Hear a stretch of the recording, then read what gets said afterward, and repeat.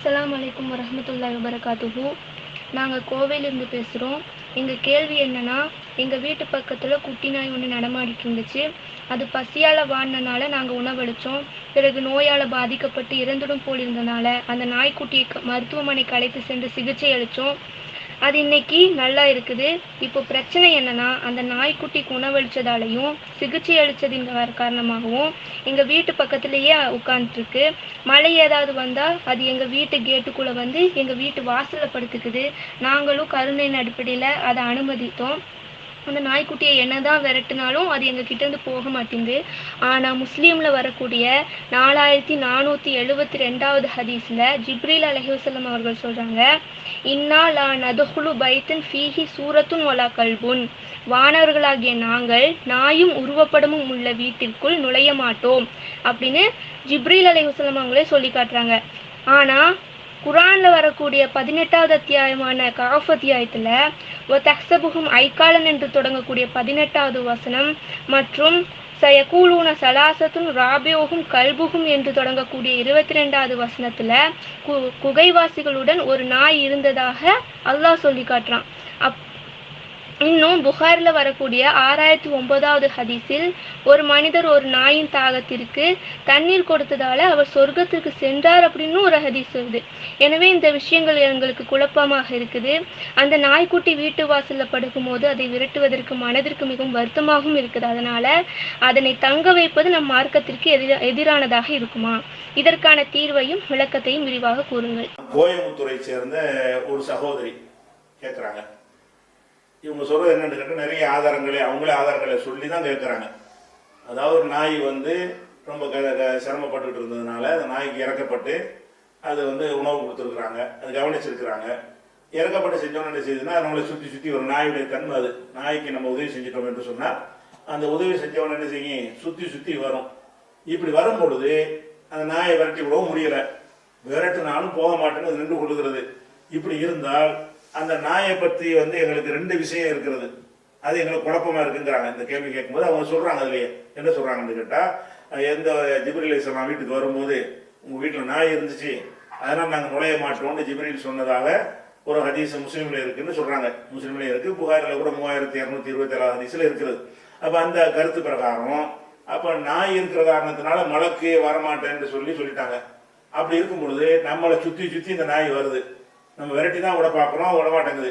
அப்போ நமக்கு அந்த குற்றம் வந்துருமான்னு ஒரு பக்கம் ஃபீலிங் ஆகுதான். இன்னொரு பக்கம் என்ன அவங்களே சொல்கிறாங்கன்னு கேட்டால், அந்த புகைவாசிகள்னு சொல்கிறோம்ல, புகைவாசிகள்ங்கிறவங்க யார், சூரத்துல் கஹ்ஃப்ல வரும்ல, அந்த புகைவாசிகள்ங்கிறவங்க நல்லடியார்கள். அவங்க சத்தியத்தை சொல்லி அந்த மக்களால் வெறுக்கப்பட்டு கொள்கையை காப்பாற்றிக்கிறதுக்காக ஊரை விட்டு ஓடி போய் ஒரு கோயிலை போய் தஞ்சம் அடைஞ்சாங்க. நன்மக்கள், அல்லாஹ் பயந்த மக்கள் என்பது அதில் அந்த சம்பவத்தில் தெரிகிறது. அவங்க என்ன செய்யறாங்க, தங்களோட துணைக்கு ஒரு நாயையும் கூட்டிட்டு போறாங்க. அந்த நாயும் புகை வாசல்ல நிக்குது, இருந்திருக்கு. அப்படியா இருக்கும் பொழுது நாய் அவ்வளவு வெறுக்கத்தக்கதாக இருக்கும் என்று சொன்னால், நல்லடியார்கள் என்று அல்லாஹ் புகழ்ந்து சொன்ன மலக்குகளே வரமாட்டாங்கன்னு ஒரு பக்கம் சொல்லிக்கொண்டு, இன்னொரு பக்கம் அந்த நாயை நல்லடியார்கள் தங்களை காவலா வைத்திருந்தார்கள், நாயோட கூட்டிட்டு போனாங்கன்னா நாயை அவங்க வளர்த்துருக்காங்கன்னு அர்த்தம், நாயோட அவங்க பின்னி பிணைஞ்சிருக்காங்கன்னு அர்த்தம். அப்படி இருந்திருக்காங்கன்னு வருது. ரெண்டையும் பார்க்கல குழப்பமா இருக்கு. கேள்வி என்னன்னு கேட்டா, ஒரு பக்கம் பார்த்தா ஜிப்ரீல் வரமாட்டேங்கிறாரு, மலக்கு நாய் இருந்தா வரமாட்டேங்கிறாரு. இன்னொரு பக்கம் பார்த்தீங்கன்னு சொன்னா பெரிய பெரிய நல்லடியார்கள்லாம் அல்லாஹ் ரொம்ப புகழ்ந்து அதிசயமான சம்பவமா சொல்லி காட்டுறான்.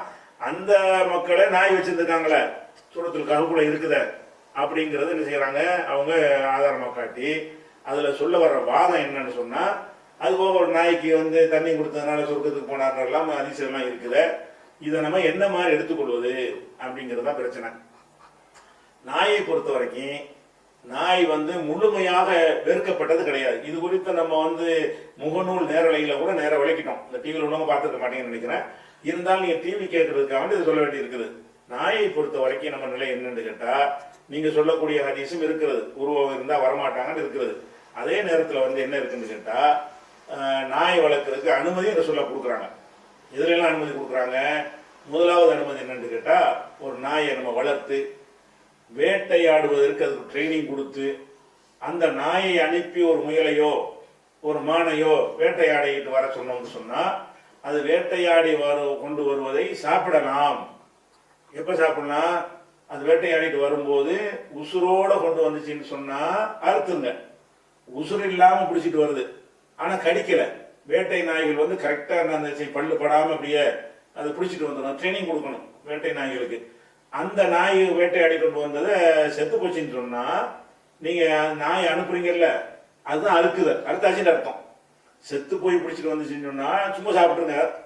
உசுரோட பிடிச்சிட்டு வந்துட்டீங்கன்னா மார்க்கம் சொன்ன முறை பிரகாரம் என்ன செய்யுங்க, அந்த பிராணியை அருங்க அப்படின்னு சொல்லி ஹதீஸ்கள்ல இருக்குது. குர்ஆன்ல கூட அந்த மாதிரியான ஒரு விஷயம் இருக்கிறது. எங்க இருக்குன்னா 5வது அத்தியாயத்துல 4வது வசனத்தில் இருக்கிறது. உமா அல்லமுக்கு மினல் ஜவாரி துகல்லிமூன முகல்லபீன துவல்லிமூன கொண்ட மிம்மா அல்லமக்குமுல்லா. நீங்கள் நாய்களுக்கு வேட்டையாட பயிற்சி அளித்து, நீங்கள் பயிற்சி அளித்த அடிப்படையில் வேட்டையாடி கொண்டு வரும் என்று சொன்னால் அதை நீங்கள் உண்ணுங்கள். எது ஹலால் என்று கேட்கிறார்கள், இது ஹலால் என்று அல்லாஹ் என்ன செய்யறான், குலு பிமா அம்சக்கு நாளையும், உங்களுக்காக அதை பிடித்து கொண்டு வந்ததை, தான் சாப்பிடாமல் தனக்கு எடுத்துக்கொள்ளாமல் கட்டுப்படுத்தி கொண்டு வந்ததை நீங்கள் சாப்பிடுங்கள். ஒரு குஸ்மல்லாஹி அலைஹி, அதன் மீது அல்லாவின் பெயரை சொல்லுங்கள். அதன் மீது தான் நாயை அனுப்பும் போதே பிஸ்மில்லான்னு அனுப்பி விட்டுருவாங்க. அனுப்பணும், ஒரு முயலை போய் பிடிக்குது, பிடிச்சி அதிர்ச்சியில் அந்த முயல் செத்து போச்சு, கட்டிச்சு குதறி சாவல அப்படின்னா அது செத்த முயல்ல வராது. ஏன்னு கேட்டா பிஸ்மில்லா சொல்லி நாயை அனுப்பிட்டீங்க, அது அறுத்துட்டீங்கன்னு அர்த்தம். அதுக்கு பிறகு உசுரோட பிடிச்சி வந்துச்சுன்னு சொன்னா அருங்க, உசுர் இல்லாம பிடிச்சிட்டு வந்தா சாப்பிடுங்கிறாங்களா. அப்ப இதுல என்ன வழங்குதுன்னு கேட்டா, இந்த நாயை வந்து வேட்டையாடுவது கூடும் என்றால் நாய் வச்சுக்கிறது அடங்கத்தானே செய்யும். வச்சுக்கிறவங்க வேட்டையாடுறீங்க, நாயை வச்சுக்கலாம். வேட்டையாடுவதற்கு ட்ரைனிங் கொடுக்கணும். ட்ரைனிங்னா அது நெருங்கி பழகி அதெல்லாம் என்ன செய்யணும், பயிற்சி அளிக்கணும். அப்போ ஒரு பர்பஸ், இப்ப ஒரு ஒரு நோக்கம் இருக்கும் என்று சொன்னால் அந்த நோக்கத்திற்காக வேண்டி நம்ம ஒரு நாயை வளர்த்தா நாய் மலைக்கு வர மாட்டாங்கன்னு வருமா? வேட்டையாடி சாப்பிடுங்கன்னு அல்லாஹ் வந்து குர்ஆன்ல அனுமதிச்சுட்டான். அப்ப அந்த அந்த பர்பஸ்க்காக நான் ஒரு நாயை வீட்டு வாசல்ல கட்டி போட்டுருக்கிறேன், அதை நான் வேட்டையாடுறதுக்கு பயன்படுத்துவேன். இப்ப என் வீட்டுக்கு மலைக்கு வர மாட்டாங்கன்னு சொல்ல முடியுமா? மலைக்கு வராத ஒரு விஷயத்துக்கு அல்லாஹ் வந்து அனுமதி கொடுப்பான்? வேட்டையாடி நாயை வச்சு நான் வேட்டையாடி கூடாதீங்க, பெரிய டேஞ்சர்னு அல்லாஹ் சொல்லாம நாய் வேட்டையாடினால் நீங்கள் சாப்பிடுங்கள்னு சொல்றான். ஆனா நீங்க ட்ரைனிங் கொடுக்கணும். சும்மா தின்னுட்டு வந்துடுறது, பாதியை தின்ட்டு பாதியை கொண்டாந்து தரோம். அப்படி இல்லாம உசுரோட முழுசா கொண்டு வந்தா சாப்பிடுங்கிறான்ல. அப்ப சாப்பிடுங்கன்னு சொல்லுவதில் என்னவோ அடங்கி இருக்குது. அந்த நாயை நம்ம வச்சுக்கலாம், அது பயிற்சி கொடுக்கலாம். பயிற்சி கொடுக்குற நேரம் நம்ம வீட்டு வாசல்ல தான் கட்டி போட்டு வச்சிருப்போம், கட்டி போட்டோம், சும்மா வச்சிருப்போம். போகும்போது கட்டி கூட்டிட்டு போவோம். அப்ப அது வாசல்ல நிற்கும் பொழுது மலைக்கு வரமாட்டாங்கன்ற அர்த்தமா இருக்குமா? அது கொடுக்க முடியுமா? மலைக்கு வரமாட்டாங்கிற ஹதீஸ் இருக்குது. அது என்ன அர்த்தத்தில் புரிந்து கொள்வது? இதுக்கு இல்லைன்னு புரிந்து கொள்ளணும். எதுக்கு இல்ல? வேட்டை நோக்கத்திற்கு நீங்க வைத்தீர்களே ஆனால் அது வந்து கிடையாது. இது வந்து வந்து ஹதீஸ்ல குர்ஆன்ல இருக்குது. அது மாதிரி வந்து ஹதீஸ்லயும் அப்படி இருக்குது. புகார்ல 5475 வந்து ஒரு வேட்டையாடிட்டு வந்து ஒரு பிடிச்சிருச்சு நாய், நல்லா சாப்பிடுங்க. அதே ரசூலுல்லாஹ் தான் அதையும் சொல்றாங்க. அந்த நாயோட இன்னொரு நாய் நின்றுச்சுன்னு சொன்னா எந்த நாய் வேட்டையாடி தெரியலன்னா சாப்பிடாதீங்க. நீங்க வேட்டையாட ஒரு நாய் அனுப்புறீங்க, பிடிச்சி தூக்கி போட்டுருச்சு, முயல் செத்து கிடக்குது, கிட்ட போறீங்க, இன்னொரு நாய் நிக்குது. அப்ப அந்த நாய் கடிச்சிருந்துச்சுன்னு சொன்னா, பிடிச்சிருந்துச்சுன்னா அது நம்ம பிஸ்மில்லா சொல்லி அனுப்பல.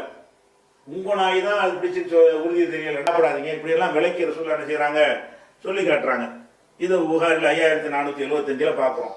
அப்ப நம்ம என்ன செய்யணும், உருவம் படமும் நாயும் இருக்கிற வீட்டுக்கு மலைக்கு வரமாட்டாங்கன்னு சொன்னா இந்த நாய்க்கு பொருந்தாது அப்படின்ட்டு விளங்கிக் கொள்ளணும். அதே மாதிரி என்ன விளங்கிக்கணும்னு கேட்டா, அந்த நாய் கூடாதுன்னு ரசூலுல்லாஹ் சொல்லும் பொழுது என்ன செய்யறான், யார் ஒருத்த நாய் வளர்க்குறானோ அவனுடைய அமல்களில் தினசரி ஒரு கீராத்துல ஒரு கேரட் அதெல்லாம் அவருடைய கணக்கில் ஏதோ கணக்கு வச்சிருப்பான் பொழுது அந்த அளவுக்கு அவனுடைய நன்மை குறையும். புகாரில் 2322வது ஹதீஸில் இருக்குது. அதை சொல்லிட்டு நிற்காம இல்லா கல்வ கணமின் அவ் ஹர்சின் அவ் சைதின் ரசூலுல்லாஹ் சொல்றாங்க. இப்படி இல்லா கல்வ கணமின், நீங்கள் ஆட்டு மந்தை வச்சிருக்கிறீங்க, ஆட்டு பண்ணையோ ஆட்டு மந்தையோ, அதற்கு பாதுகாப்பதற்கு வளர்க்கிற நாயை தவிர, அல்லது விவசாயம் பண்றீங்க, பயிர் பச்சைகளை போட்டு வச்சிருக்கீங்க, அதை எவனும் களவாண்டு போயிடக்கூடாது, அறுத்துட்டு போயிடக்கூடாது என்பதற்காக வேண்டி, அல்லது வேற உயிரினங்கள் வந்து திண்டு போயிடக்கூடாது என்பதற்காக வேண்டி, அந்த வயல் வரப்புகளை பாதுகாப்பதற்காக வேண்டி வளர்க்கிற நாயை தவிர, அவு சைதின் வேட்டைக்காக உள்ள நாய்களை தவிரங்கிறாங்க. அப்ப நாய் வளர்க்கறது கூடாது, கூலிலாம் குறைஞ்சு போயிருந்தாலும் நம்ம வீட்டில் கோழி வளர்ப்போம், ஒரு 50 கோழி வச்சு வளர்ப்போம். கோழியை வந்து மரணாயி அதை பிடிச்சிட்டு போயிடும். அப்படி இருந்தோம்னு சொன்னால் அதுக்கு பாதுகாப்புக்காக வேண்டி நம்ம ஒரு நாயை வளர்த்தோம் என்று சொன்னால் அது என்ன செய்யும், வாசல்லாம் நிற்கும். அப்போ ஒரு பாதுகாப்புக்காக வேண்டி வளர்க்கும் பொழுது அது வந்து வழக்குகள் வரமாட்டாங்கன்னு வராது. ஏன்னா அல்ல அனுமதிச்ச ஒன்று இப்படி வராமல் இருப்பாங்க. இந்த விஷயத்தை அல்லாஹ்வுடைய ரசூல் அனுமதிச்சுட்டாங்கல்ல. அனுமதித்த ஒரு விஷயத்துல வந்துட்டு என்ன செய்யக்கூடாது, அதை கொண்டாந்து பொருத்தக்கூடாது. அது இருக்குது. சும்மா எதுக்குன்னு கேட்டா, சும்மா எந்த ஒரு தேவையும் இல்லாம அவசியம் இல்லாம நாயை வந்து ஒரு புள்ள மாதிரி வளர்த்து வீட்டுக்குள்ள வச்சு பெட்ல படுக்க போட்டுக்கிட்டு மனுஷனுக்கு கொடுக்குற உணவை விட சிறந்த உணவை கொடுத்து அந்த மாதிரி கொஞ்சம் முத்தம் கொன்றது அப்படி அந்த மாதிரி எல்லாம் இருக்கக்கூடிய ஒரு ஜென்மங்கள், மனிதனை கவனிக்காத ஜென்மங்கள்லாம் இருக்கிறார்கள். அவர்கள் விஷயமாக மாறி உள்ளதுக்கு தான் அது பொருந்துமே தவிர, ஒரு தேவைக்கு ஒரு பாதுகாப்புக்கு செஞ்சீங்கன்னு சொன்னா அது வந்து கூடும் என்பதை இந்த ஹதீஸில் நமக்கு விளங்குறது. இது உதாரணத்துக்கு சொல்லிட்டாங்க. அதுக்கு மட்டும் தானே பொருந்து. நீங்க ஒரு தனி வீட்டில் இருக்கிறீங்க, அக்கம் பக்கத்துல இல்லை, அல்லது அடிக்கடி திருட்டு பசங்கள்லாம் ஜாஸ்தியாக நடமாடுறாங்க, நம்ம தூங்கிட்டு இருப்போம், ராத்திரில வந்து ஏதாவது செஞ்சான்னு சொன்னா நம்மளால கண்டுபிடிக்க முடியாது. அப்போ ஒரு நாயை நம்ம பாதுகாப்பு வளர்த்தோம் என்று சொன்னால், எவனாச்சும் வந்தாலும் என்ன செய்யும், அது நாய் வந்து சத்தப்பட குறைக்க ஆரம்பிச்சிடும், உடனே முடிச்சு நம்ம அலாட் ஆகிக்கிறோம். அந்த ஒரு நோக்கம் தேவைப்பட்டுச்சுன்னு சொன்னா, திருட்டு பயம் ஒண்ணுமே இல்லாத சரியான பகுதியில் இருந்தீங்கன்னா தேவையில்லை. சில பகுதிகள் இருக்கும், அங்க யாரும் வரமாட்டாங்க, நடமாடிட்டு இருப்பாங்க, அது தெருவுலாம் அந்த மாதிரி வரமாட்டாங்க, அப்படி உள்ளமா இருந்தா அது தேவையில்லை. ஆனால் சிங்கிள் வீடா வச்சிருப்பாங்க சில பகுதிகள்லாம், ஒரு வீட்டுக்கு அடுத்த வீட்டுக்கு தொடர்பு இருக்காது. அந்த மாதிரி இடங்கள்ல வந்தான்னு சொன்னா திருட வர்றதை யாரும் பார்க்கவே முடியாது. அப்படியான ஒரு இடத்தில் நீங்கள் வசித்தீர்களே ஆனால், அப்ப நீங்க ஒரு நாய் வளர்ப்பது நாய் மாதிரி ஒரு பாதுகாப்புக்கு எதுவுமே இல்லை. அப்படி இருக்க போய் தானே கால்நடைகளுக்கு வச்சுக்கிற சொல்றாங்க. அது நல்லா பாதுகாப்புங்கிற காரணத்தினால தானே உங்களுக்கு வந்து விவசாயத்துக்கு கொண்டு தோட்டத்தில் காவலுக்கு போடுங்கிறாங்க. அது நல்லா பாதுகாக்கும். அப்போ நாயுடைய தன்மை என்னன்னு கேட்டால், அது தூங்க அதை முடிச்சுக்கிட்டு இருந்து ஒரு சின்ன அரவம் கேட்டாலும் மோப்ப சக்தி கூட, பார்வை சக்தி கூட, அது கடுமையாக சத்தப்பட நெஞ்சிடுறேன், எழுப்பி விட்டு நம்ம போய் நெஞ்சிருவோம், அவனை ஓடி போயிடுவான். எழுப்பிடும், நாய் சத்தம் கேட்டோம் என்ன செய்வான், ஆட்கள்லாம் எந்திரிச்சுவாங்க அப்படின்னு ஓடிக்கணும், பாதுகாப்பு.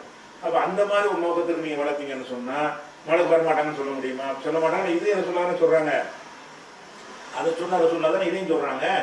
அந்த மாதிரியான அடிப்படையில் நுழைக்கிறோம். அதே மாதிரி வந்து அந்த நீங்க இறக்கப்பட்டு கொடுத்தீங்கல்ல, அந்த நாய்க்கு உணவு கொடுத்தீங்க, உங்களை சுற்றி வருதுல்ல, அந்த மாதிரி தான் ஒருத்தர் செஞ்சிருக்காரு. தண்ணிக்கு தாகத்தில் இருக்கும் பொழுது அதுக்கு என்ன செய்தார், அவருக்கு தண்ணியை கொடுத்தாரு. அதனால வந்து அல்லாஹ் அவருக்கு வந்து நன்றி பாராட்டி அவரை மன்னித்து விட்டான்ங்கிற ஹதீஸ் வந்து நிறைய இருக்குது. புகாரில் 2363 ஹதீஸ்ல இருக்குது. அப்ப கூட சஹாபாக்கள் கேட்பாங்க, இன்னல் நாஃபில் பஹாய் அஜ்ரன், கால்நடைகளுக்கு கூட கூலி உண்டாங்களுக்கு, வாயில்லா ஜீவன்களுக்கு உணவு கொடுத்தாலும் கூலி கிடைக்குமான்னு கேட்கறாங்க. அப்ப ரசூலுல்லாஹ் சொல்றாங்க, ஃபீ குல்லி கபீஜின் ரத்பத்தின் அஜ்ருன், ஒவ்வொரு ஜீவனுக்குமே கூலி உண்டு. எந்த ஒரு நாய்க்கு மட்டும் இல்லை, அது பூனையா கழுதையா இருந்தாலும் சரி, அது உயிரினம்ங்கிற வகையில, பண்டையா இருந்தாலும் சரிதான், அது உயிரினம்ங்கிற வகையில செத்து போய் துடிச்சுக்கிட்டு கிடக்குது என்று சொன்னால் அதற்கு தண்ணியை ஊற்றி வைக்கிறது வந்து மார்க்கத்தில் குற்றமான, ஒவ்வொரு உயிரினத்துக்கும் சொல்லிட்டாங்க. ஒவ்வொரு ஈரல் உள்ள ஒவ்வொரு உயிரினத்துக்கு நீங்க உதவி செஞ்சாலும் அது கூலி இருக்குன்ட்டாங்க. அதுல நாய்க்கு மட்டும், நாய்க்கு தான் சம்பவம், பொதுவாக ரசூலுல்லாஹ் சொல்லிட்டாங்க. அப்போ உங்க வீட்டை வரவங்க என்ன செய்றீங்க, நீங்க பசியா இருக்கேன்னு உணவு கொடுக்குறீங்க, குளிர்ல நடந்ததுன்னு ஒரு ஓரமாக மழையில் நனையாம போட்டு வர்றீங்க, அதனுடைய தன்மைக்கு ஏற்றவாறு என்ன செய்யணும்னு கேட்டா அது வாசல் நின்று கொண்டு தான் இருக்கும். அதை நீங்க என்ன செய்யலாம்னு கேட்டா, விரட்டினால் போகலையா, அதுவா தானே போகல, அதுவா போகாட்டி அல்லாஹ்வுக்கு தெரியாதா?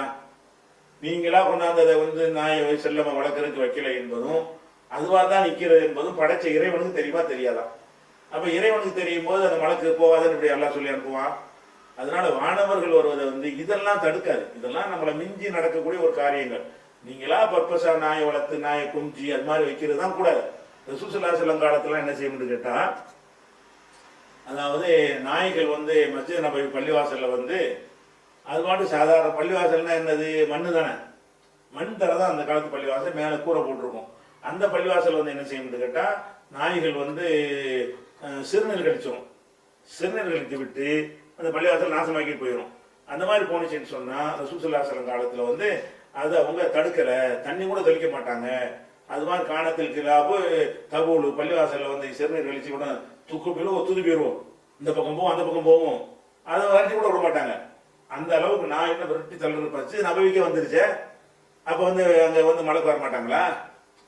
புனித பள்ளின்னு சொல்லக்கூடிய மஸ்ஜித் நபவியிலேயே புகாரில் 174வது ஹதீஸ், அதுல என்ன வருது, காணத்தில் கிலாபு தபூலு, நாய்கள் வந்து சிறுநீர் கழித்து விடும், ஒரு துக்கு பீரும் ஒரு துது பீரும், அது முன்னாடி போகும் பின்னாடி போகும். ஃபில் மஸ்ஜிது, பள்ளிவாசல்ல, எந்த பள்ளிவாசல்ல, ஃபி ஸமானி ரசூலுல்லாஹி ஸல்லல்லாஹு அலைஹி வஸல்லம், ரசூலுல்லாஹ்வுடைய காலத்தில் பள்ளிவாசல்ல இப்படிலாம் செய்யும். இதுல புனித பள்ளியில பழம் யக்கூனும் எருசூனா செய்யன்னு தாளிக்க, அது நாய் சிறுநீர் கழித்ததுக்காக தண்ணி கூட தொளிக்க மாட்டாங்க, அதாவது காஞ்சி பேர் முடிஞ்சு வச்சுக்காத. அப்படியெல்லாம் தான் நாய்கள் வந்து பள்ளிவாசல்லாம் வந்திருக்குது. இந்த பள்ளிவாசலுக்கு அதுவா வந்தது வந்து வளர்த்ததுல சேருமா? வந்தது விரட்டி அடிப்போண்டாவது சொல்லியிருக்கிறாங்களா? அது திறந்து கிடக்குது. நான் இரும்பு கேட்டு போட்டா பூட்டி வச்சிருந்தாங்க பள்ளிவாசல்லாம் இல்லை, திறந்து கிடக்குது. அப்படி வரும் ஓடிக்கிட்டு இருக்கேன். ஓடி இருந்துச்சு யூரின் பாஸ் பண்ண நினைக்கும் அது பாஸ் பண்ணி விட்டுரும். இதனால வந்து அப்படி பண்ணி இருந்த கூட நான் யூரின் எடுத்து கொண்டு இருக்கிறது, அதனால உள்ள விடாதீங்கன்னு சொல்லி அப்படி கூட செய்யல. சும்மா சாப்பிட்டா லைட்டா எடுத்துக்கிட்டாங்க. ரசூல் ஸல்லல்லாஹு சொன்னோம். நமக்கு என்ன சட்டம் போட்டிருக்காங்கன்னா, அப்படி நாயை வளர்த்தீங்கன்னு சொன்னு சொல்ல போனா, நாய்க்குன்னு ஒரு சட்டம் சொல்றாங்கல்ல, நாய் வளர்த்தாதானே சட்டம் வரும். என்ன சட்டம்? நாய் உங்க பாத்திரத்துல வாய் வச்சுச்சுங்கன்னா 7 முறை கழுவுங்கிறாங்க. அது முன்னாடி நமக்கு சட்டம். யூரின் பண்ணது கூட கழுவ சொல்லல. அது வந்து நாய் வாய் வச்சுச்சுன்னா என்ன செய்யுங்க, 7 தடவை அதை வச்சு கழுவுங்க அப்படிங்கிறாங்க.